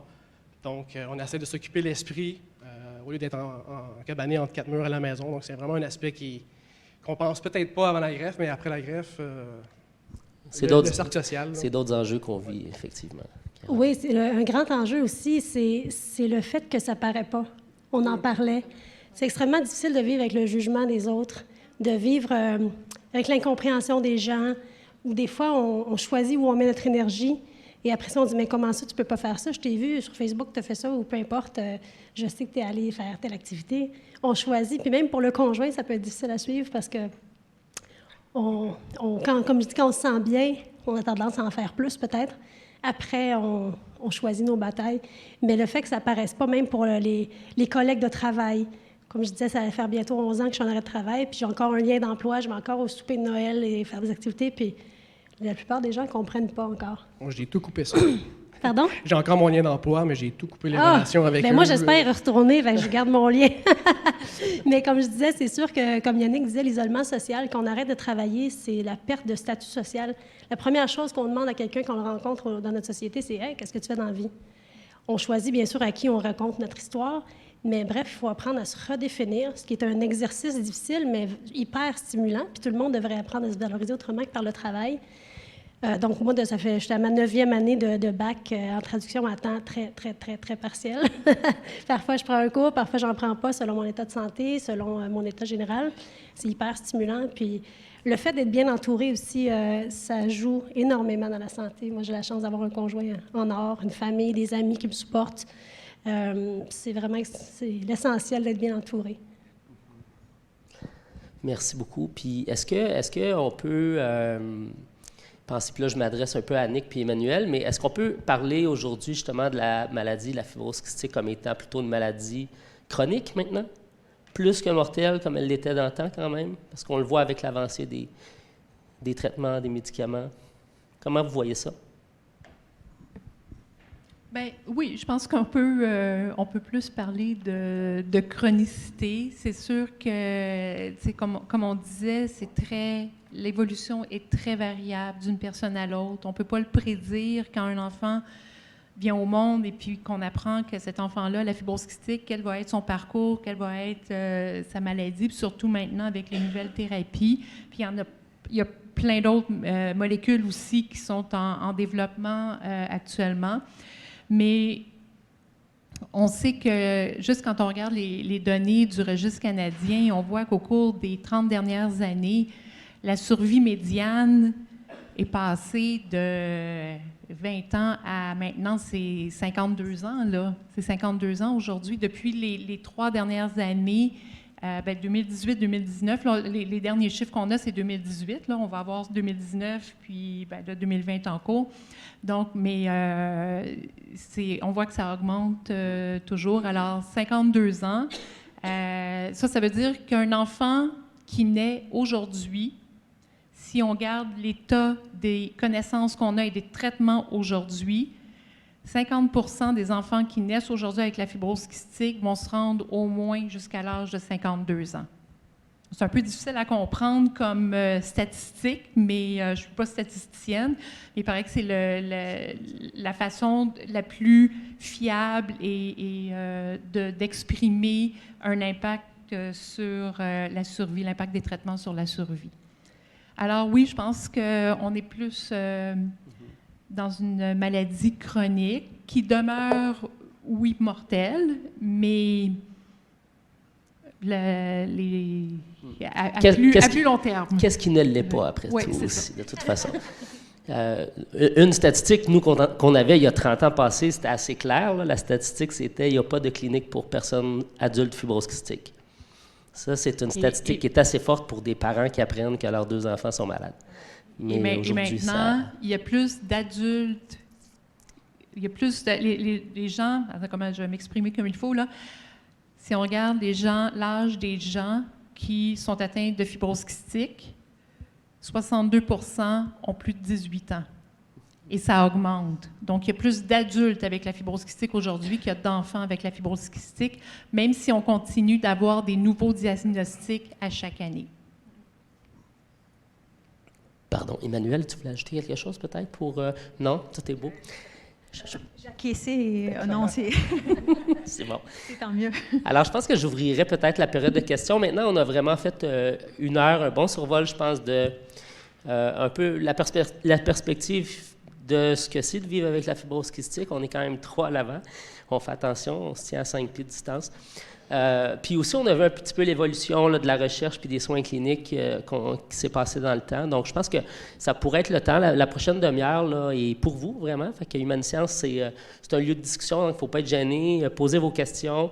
Puis, Caroline, déjà? Je me disais qu'on pourrait peut-être expliquer rapidement pourquoi on doit avoir 5 pieds de distance pour peut-être les gens qui seraient moins...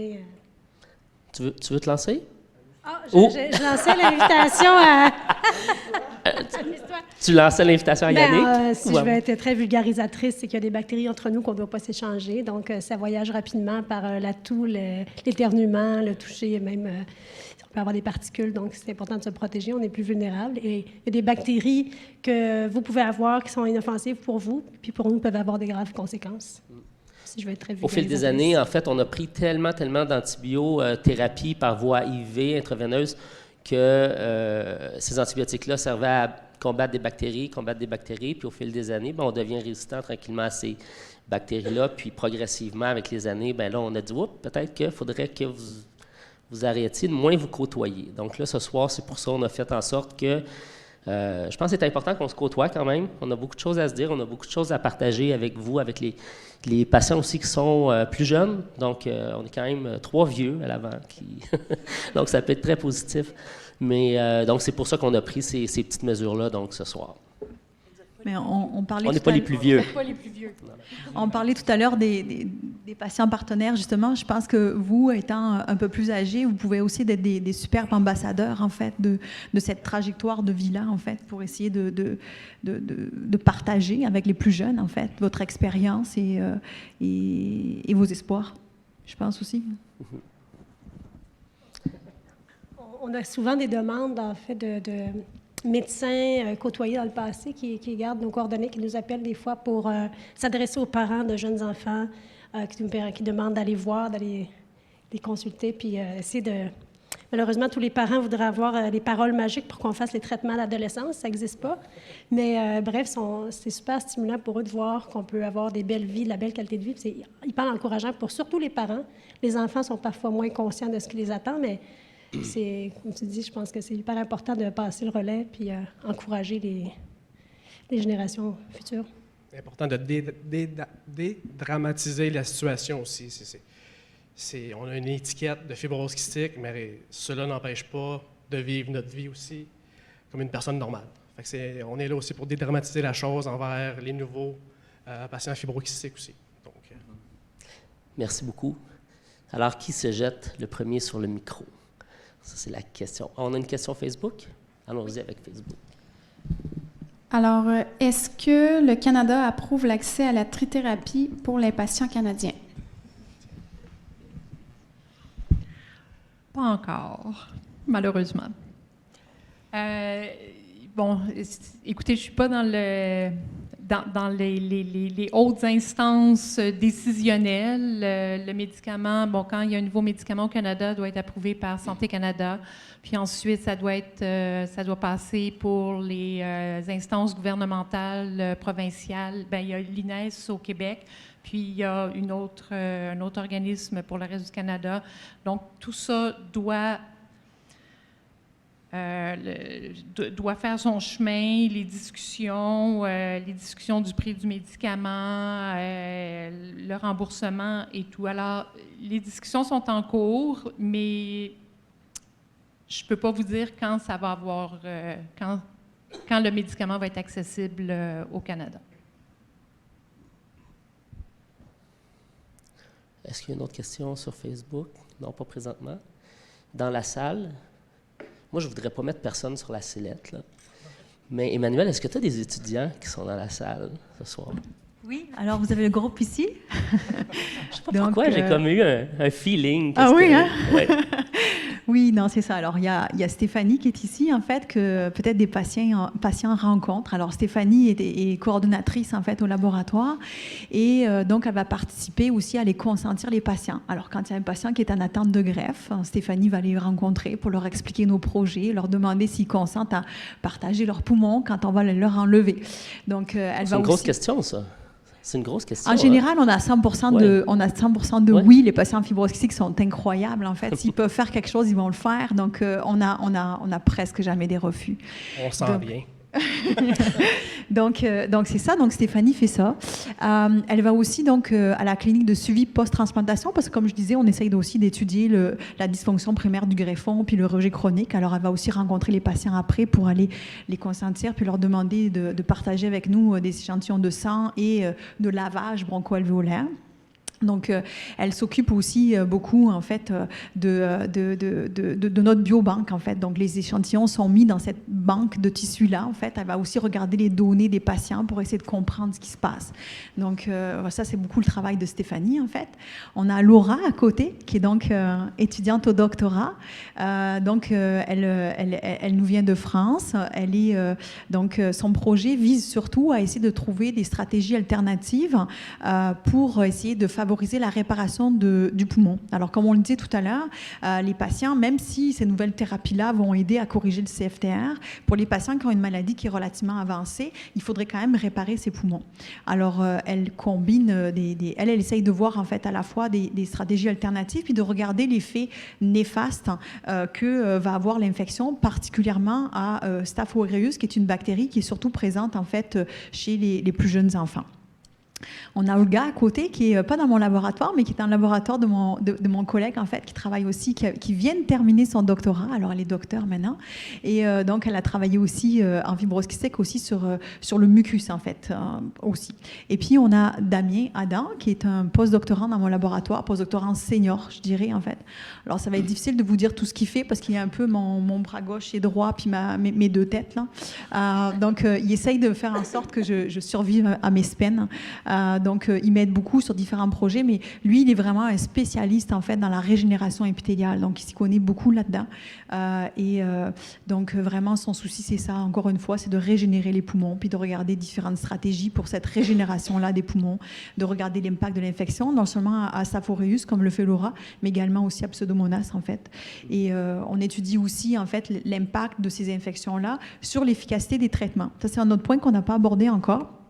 Mais dans le fond, ce qu'on s'est rendu compte, c'est qu'au départ, quand les traitements ont été développés par des chercheurs comme moi dans les laboratoires, ils ont été testés donc, sur des cellules, comme les cellules de Yannick, en fait. Et quand on fait ces expériences-là, dans le laboratoire, on les fait en absence de pathogènes. Donc, il n'y a pas du tout de bactéries. Puis, les traitements, ils marchaient donc bien. Puis, ça allait tellement bien. Et ça donnait beaucoup d'espoir. Finalement, donc, ces traitements ont été testés, en fait, après, chez les humains. Et on se rendait compte que chez les humains, l'efficacité des traitements pouvait être variable en fonction des cas. Alors, il y a des patients chez qui ça marchait très bien, d'autres patients chez qui ça marchait moins bien. Annick l'a mentionné tout à l'heure, on sait maintenant qu'il y a des gènes modificateurs et Annick et moi collaborons en fait à une étude qui a lieu à Toronto, en fait, au SickKids, où ils étudient justement l'impact. Alors, c'est une maladie génétique, hein, donc la base de la maladie, c'est vraiment le CFTR, mais on sait maintenant qu'il peut y avoir d'autres mutations, d'autres gènes, en fait, qui sont pas dans le CFTR, qui vont pas causer la maladie, mais qui vont faire en sorte que la maladie va évoluer plus ou moins rapidement. Et ça semblerait être le cas aussi pour la réponse au traitement. Il semblerait que ces gènes-là puissent modifier finalement la réponse au traitement également. Une autre raison, en fait, nous, ce qu'on a découvert dans le laboratoire, et d'ailleurs, c'est comme ça que j'ai rencontré, en fait, Caroline au départ, c'était suite à une de nos publications, en fait, on avait fait un communiqué de presse, hein, et c'est là qu'on a rencontré, en fait, Caroline, qui est venue commenter, et c'est depuis là que s'est nouée notre relation. On s'est rendu compte, en fait, que peut-être une des raisons pour lesquelles les traitements marchent moins bien qu'on s'attendrait chez les patients, c'est que certaines des bactéries, en fait, qui sont présentes chez les patients vont altérer l'efficacité des traitements. Donc, c'est pour cette raison-là qu'on va essayer, nous aussi, de mieux comprendre quels sont les types de bactéries qui altèrent l'efficacité des traitements et essayer de contrer, en fait, de mettre différents composés qui vont faire en sorte qu'on va changer le comportement de la bactérie, en fait. Faire en sorte que la bactérie se comporte de façon moins nocive pour nos poumons et de façon moins nocive pour les traitements. Merci. C'est une belle présentation, ça, de vous quatre. Mais je vais vous faire parler quand même. Vous ne s'en sortirez pas. Vous croyez vous en sortir, hein? T'as essayé, hein, Emmanuel? Ouais, je vais aller voir Facebook. Non, eux, ils ont essayé, ils se cachent dans le coin. Ils se cachent dans le coin. Non, mais en fait, déjà, je me demande, vous travaillez dans un domaine qui est tellement complexe, mais qui a tellement un impact incroyable sur la vie, la qualité de vie de plusieurs patients. Bien, je ne sais pas si vous avez eu déjà la chance de travailler comme concrètement avec un patient, mais si oui, est-ce que ça a un impact sur votre travail au jour le jour de relier un petit peu la cellule à un être humain, puis... oui? Est-ce que vous pouvez... Allez au micro. Partager? Stéphanie, Damien? OK, Damien va y aller.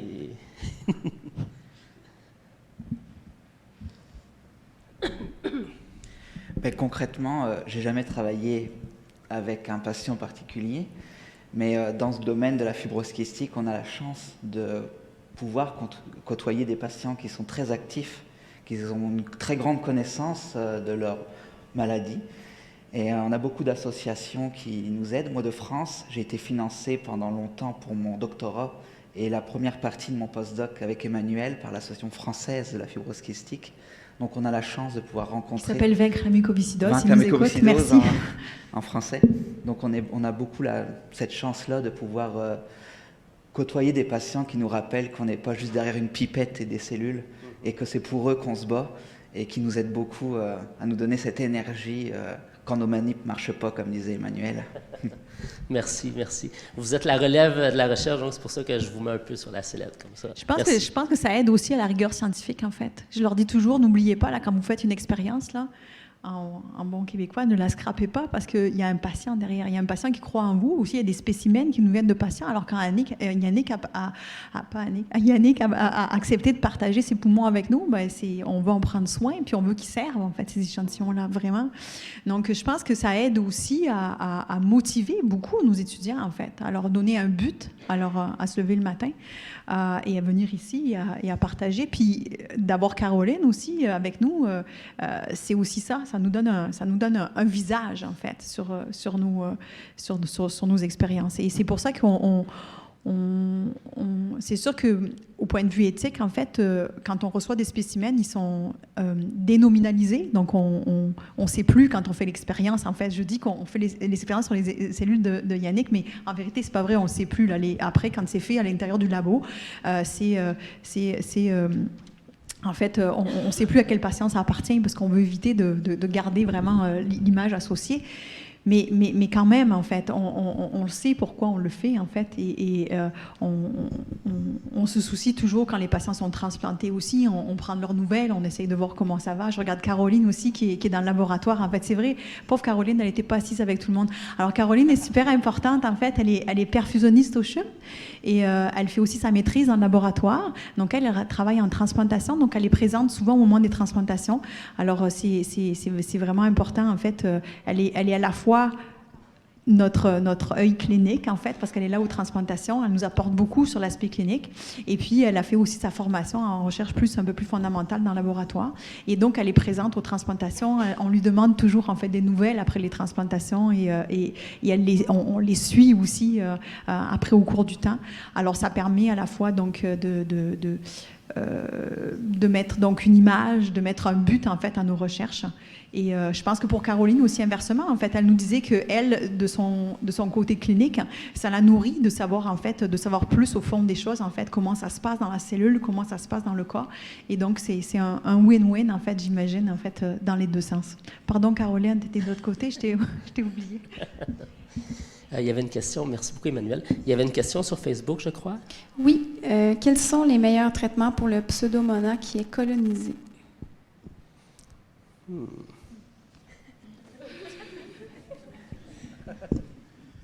Bien, il y en a plusieurs. Alors, il y a plus... Bon, les principes, que ce soit le Pseudomonas ou une autre bactérie, les principes demeurent un peu les mêmes, c'est-à-dire qu'on essaie d'avoir la moins grande quantité de bactéries dans les bronches et d'avoir des bronches le plus propres possible. Donc, plus il y a des sécrétions dans les bronches, bien, plus les bactéries vont trouver un milieu favorable pour se proliférer, puis faire des mutations, puis avoir d'autres bactéries qui s'en viennent. Alors, les principes donc de physiothérapie respiratoire, de liquéfier les sécrétions avec du pulmosine ou du salin hypertonique et l'inhalation d'antibiotiques. Donc, pour le Pseudomonas, il y a plusieurs antibiotiques qui sont disponibles. Mais ces antibiotiques-là peuvent être aussi efficaces contre d'autres bactéries qu'on va retrouver dans la flore générale, si on veut, dans la population fibrose kystique. Donc, pour le Pseudomonas, effectivement, comme ça a été une des premières bactéries, Emmanuel parlait tantôt du staphylocoque, donc on sait qu'en général, chez l'enfant, c'est plutôt le staphylocoque qu'on va retrouver au niveau des bronches. Ensuite, il va y avoir, à un moment donné, l'apparition de Pseudomonas, et puis, chez l'enfant, l'apparition du Pseudomonas est associée à une détérioration de la maladie. Donc, il y a eu beaucoup de recherches qui ont été mises de l'avant pour attaquer cette bactérie-là. À l'âge adulte, on se rend compte que le Pseudomonas est là, est souvent bien installé, mais que là, on voit d'autres bactéries, comme Caroline disait qu'elle avait une bactérie qui était moins fréquemment rencontrée, mais qu'on commence à voir un peu plus maintenant. À mesure que la survie augmente, que les patients vivent plus vieux, qu'ils reçoivent plus d'antibiotiques, les bactéries vont se modifier, vont répondre à ces traitements-là. Donc, vont développer des résistances, vont avoir des nouvelles souches qui vont apparaître. Alors, nous autres, on va modifier nos traitements pour pouvoir être encore plus forts que les bactéries, mais les principes restent les mêmes. Donc, pour le Pseudomonas, oui, il y a beaucoup d'antibiotiques qui ont été étudiés. Il n'y en a pas un qui est vraiment meilleur que l'autre. Si, par exemple, un des premiers qu'on va donner, c'est la tobramycine.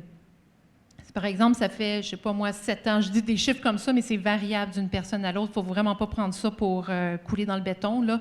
Mais bon, après X nombre d'années, le patient prend sa tobramycine et là, tout d'un coup, on s'aperçoit que ça fait moins effet. Les bactéries vont s'habituer à cette tobramycine-là. Donc là, on va changer, on va donner la colimycine, où il y a de l'astréonam, il y a le lévaquin, il y a donc... Pardon?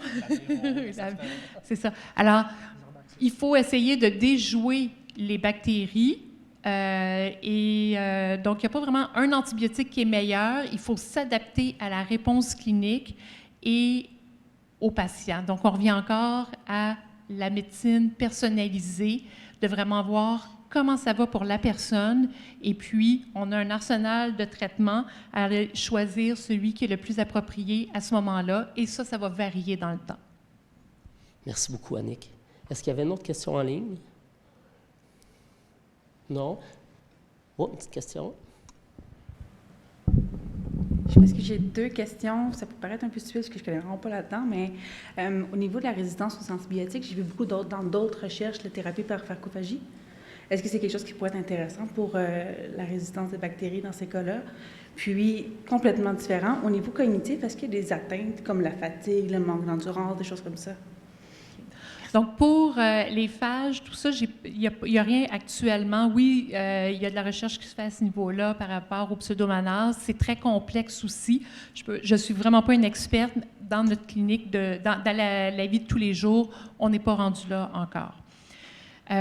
Pour les atteintes cognitives, en fait, il n'y a pas d'atteinte. Les gens ne deviennent pas... perdent pas la mémoire plus rapidement ou sont pas moins intelligents. Il n'y a aucun impact. Il n'y a pas de CFTR dans le... Mais oui, il y a de la fatigue. Alors, il faut comprendre que l'infection chronique au niveau pulmonaire, ça consomme beaucoup d'énergie. Nos cellules, nos globules blancs, vont combattre les infections. Et les globules blancs, bien, ça fonctionne avec l'énergie. Okay? Ce n'est pas des cellules qui ont besoin de sucre, de nutriments là, pour bien fonctionner. Alors, on sait qu'en général, les gens qui sont atteints de fibrose kystique ont besoin de plus de sommeil. Oui, ils vont être plus fatigués, surtout en période de surinfection. Alors, pour nous, le repos fait partie des traitements aussi.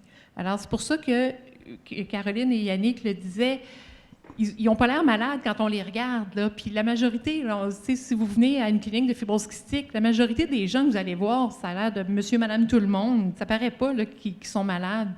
Et c'est souvent un enjeu qui est difficile à gérer dans leur vie sociale, de travail, l'école, de dire... Je ne suis pas capable de prendre tous les cours, je suis en retard pour mettre un travail parce que là, j'ai eu une infection, puis j'avais besoin de dormir plus, puis j'étais plus fatiguée. Alors, on le voit, cet impact-là, chez les patients atteints de fibrose kystique. Ça répond? Oui. Et c'est malheureusement difficilement quantifiable aussi, la fatigue, donc. Parler des degrés d'atteinte, est-ce que c'est toujours au niveau pulmonaire ou ça, exemple, quelqu'un peut avoir la fibrose kystique, mais c'est juste au niveau digestif? Oui, effectivement, c'est pour tous les organes. Alors, on met beaucoup l'accent, comme on disait, sur les poumons parce que c'est généralement l'atteinte qui va avoir le plus d'impact au point de vue de la qualité de vie et de la survie. Mais oui, l'atteinte hépatique, il y a des gens qui ont une très légère atteinte au niveau du foie. Il y en a d'autres, on a besoin de changer le foie, de faire une greffe hépatique. Au niveau digestif aussi, les manifestations ne sont pas toutes les mêmes pour tous les patients. Et les manifestations vont évoluer avec l'âge aussi. Donc, il y a des gens qui n'ont pas beaucoup d'atteintes digestives. Là, ils prennent leurs enzymes, mais ça va quand même assez bien. Puis, à un moment donné, rendu à l'âge adulte, bien là, commence à avoir plus de blocage, plus de constipation. On doit modifier les traitements à ce moment-là. En fait, il a déjà été tenté de faire des relations entre le génotype, c'est-à-dire le type de mutation, et le phénotype, c'est-à-dire de regarder comment ça va se manifester dans les différents organes.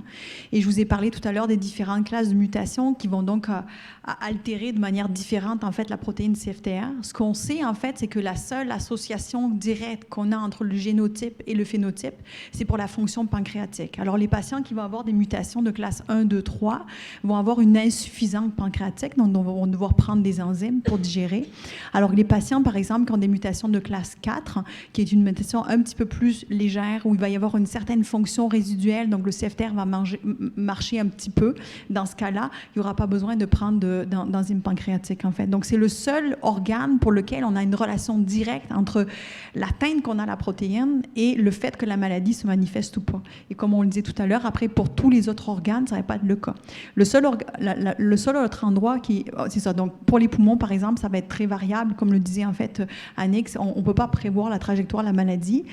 Le seul autre endroit où on a une assurance de la manière dont dont ça va se manifester, c'est pour les organes reproducteurs masculins, en fait, où dans tous les cas, qu'on ait une atteinte à la protéine qui soit grave ou un peu moins grave, il va y avoir une infertilité masculine, en fait.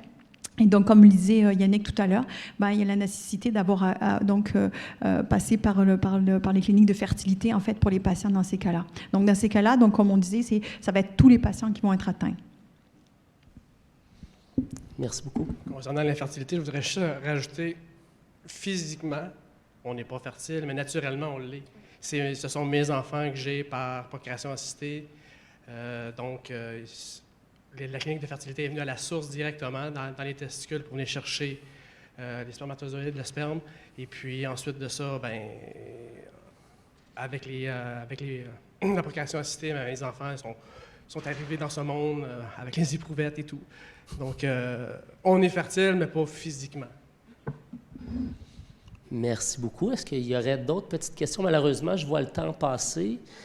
Ah, Caroline, je la connais bien, elle. Bonjour, merci pour la belle présentation.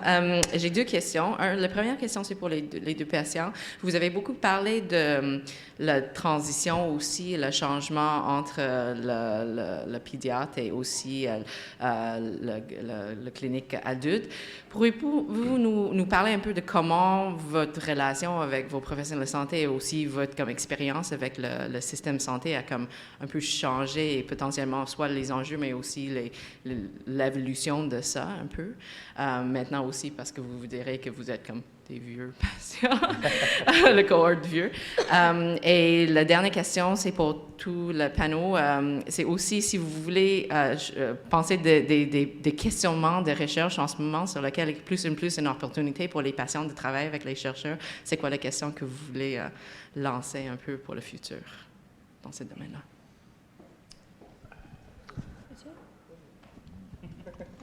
Bien, je vais répondre à la question sur la transition.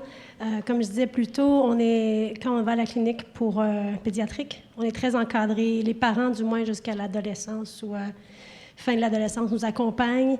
Et mon expérience à moi, c'est que j'étais pas très au fait de tous les enjeux de la maladie, tout ce qui m'attendait. Je ne sais pas si c'était par un souci de protection, mais peut-être que si j'avais su un peu plus ce qui m'attendait, puis la gravité, bien, ça m'aurait incité un peu plus à faire mes traitements. Peut-être pas l'adolescence, on sait comment ça se passe, mais je pense que de responsabiliser le patient au plus jeune âge, ça aurait été bénéfique.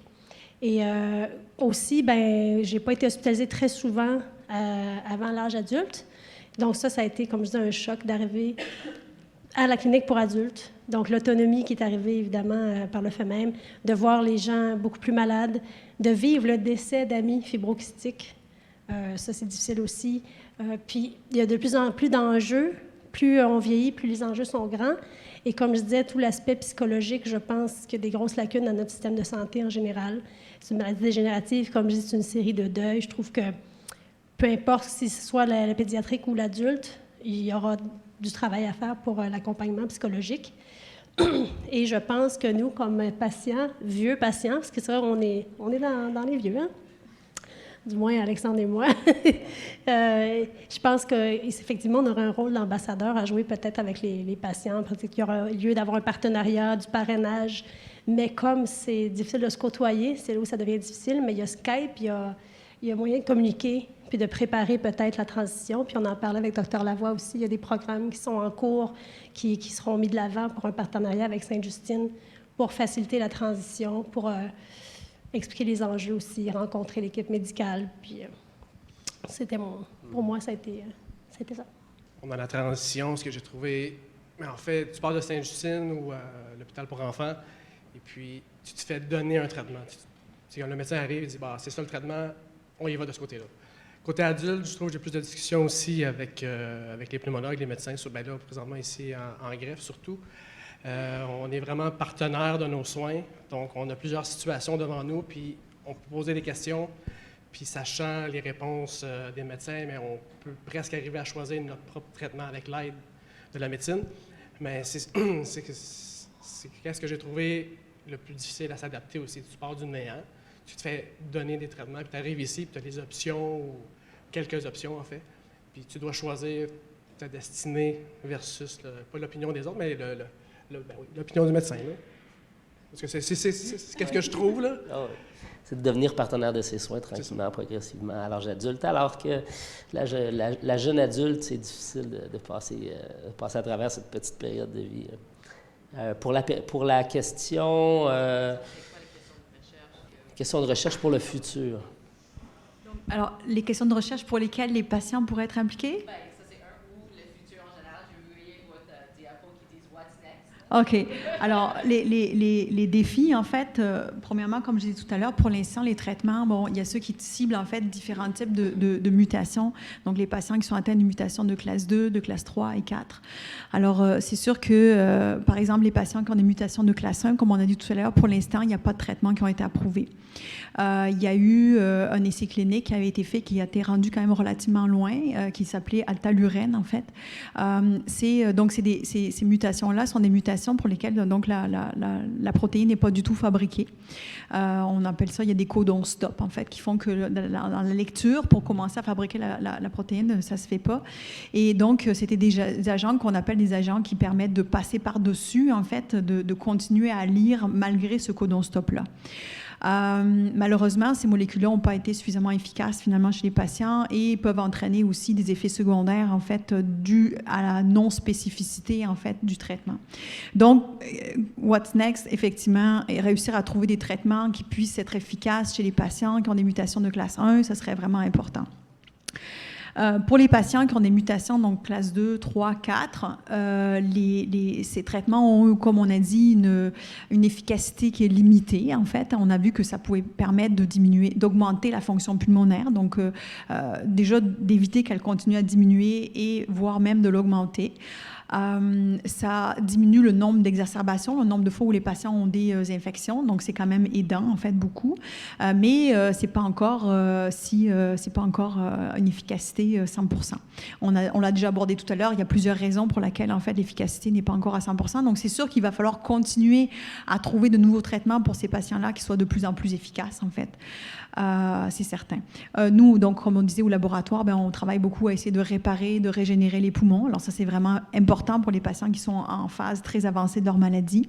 Les patients qui ont des mutations, je ne l'ai pas abordé du tout encore, mais les patients qui ont des mutations de classe 5 et de classe 6, il y a des nouveaux produits qui sont développés, qui sont des amplificateurs qui vont amplifier la quantité de protéines qui va être fabriquée et des stabilisateurs qui vont faire en sorte que la protéine qui est là va rester plus stable, en fait, dans la cellule.